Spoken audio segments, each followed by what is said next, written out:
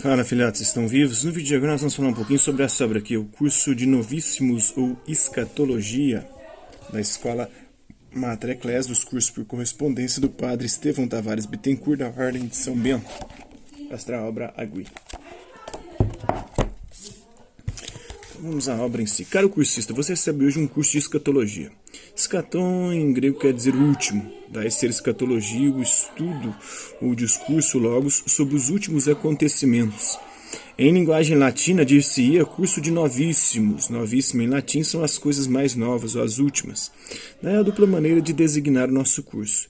É de escatologia ou de novíssimos.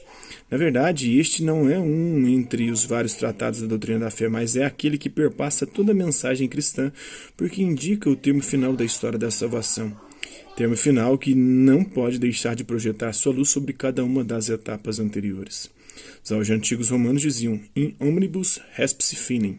Em tudo que faças, considera o fim, pois é o fim que dita o itinerário a percorrer. A teleologia do Aristóteles também, né? Que haja outra vida após a peregrinação terrestre é certo, pois a existência neste mundo, tão marcada por inversões e desordens, pede o restabelecimento da ordem e a restauração da escala de valores. Visto que é tão espontâneo admitir uma vida póstuma, a fantasia dos homens tem se precipitado para imaginá-la e descrevê-la. Nos últimos tempos, isso tem sido especialmente frequente, dada a inclemência da história contemporânea. Por isto, o cidadão de nossos dias é interpelado por várias teorias e hipóteses sobre o além, algumas mirabolantes, outras talvez sedutoras, mas quase todas destituídas de sólido fundamento filosófico experimental. Disto origina-se grande confusão e até angústia na mente de muitas pessoas. Ora, ao se tratar do além, uma das formas a observar há de ser o respeito à sobriedade. Para o cristão, os dados da fé são os referenciais necessários, embora não sejam muitos, basta para permitir uma caminhada segura pelas estradas deste mundo e fundamentar a certeza de que não luta em vão aquele que quer ser fiel à palavra do Senhor.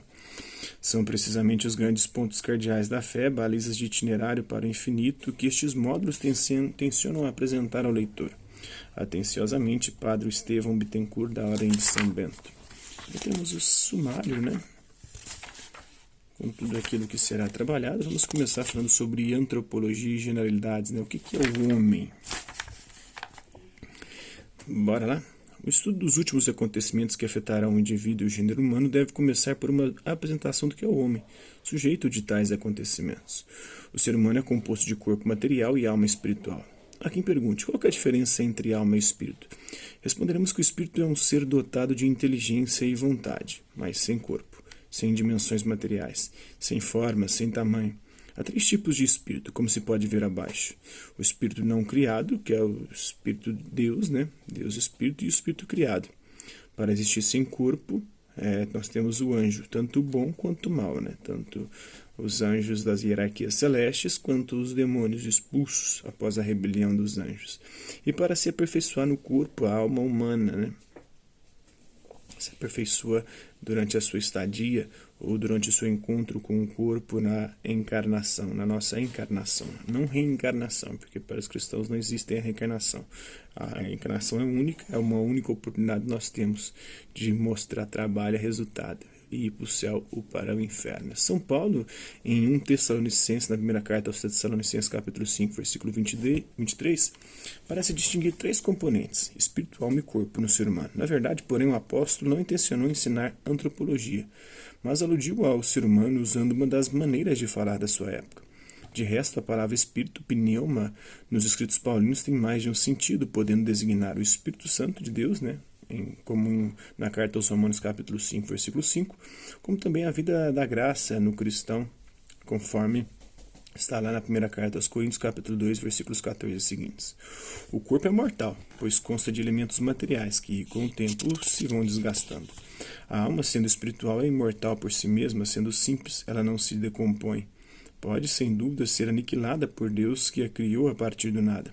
Sabe-se, porém, que Deus não destrói as criaturas que Ele fez com muito amor. Em cada ser humano há uma só alma espiritual que é responsável por todas as funções vegetativas, sensitivas e intelectivas dessa pessoa. Não há 2 ou 3 almas no mesmo indivíduo. O corpo e a alma, embora sejam distintos um do outro, são complementares entre si. Formam um só todo psicossomático, né? Corpo e alma. Psique em grego é a alma, somático, soma é o corpo, né? Nenhuma atividade do homem é meramente psíquica ou meramente somática. Embora a alma seja espiritual e imortal por si mesma, ela precisa do corpo para desenvolver suas potencialidades. Uma vez separada do corpo após a morte, ela usufruirá dos valores adquiridos enquanto unida ao corpo.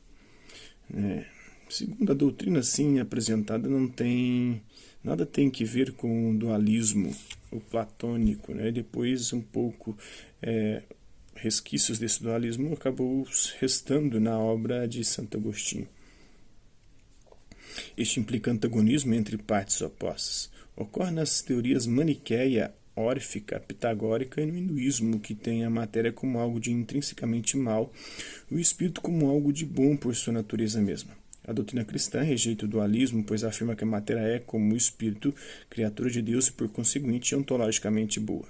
Mas nem por isso a doutrina cristã cai no monismo, que identifica entre si matéria e espírito, como na obra de Spinoza, Baruch Spinoza, filósofo racionalista do século XVII, entre os séculos XVII e XVIII.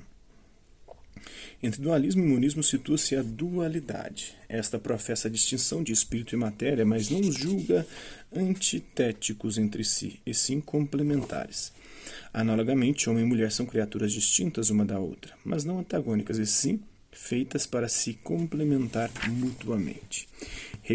Recapitulando esquematicamente, dualismo, dois princípios opostos entre si, por sua própria natureza ou no plano ontológico. Dualidade, dois princípios distintos, mas não opostos entre si, sim complementares. E o monismo, uma só realidade com facetas diversas. Corpo e alma é uma só e mesma coisa.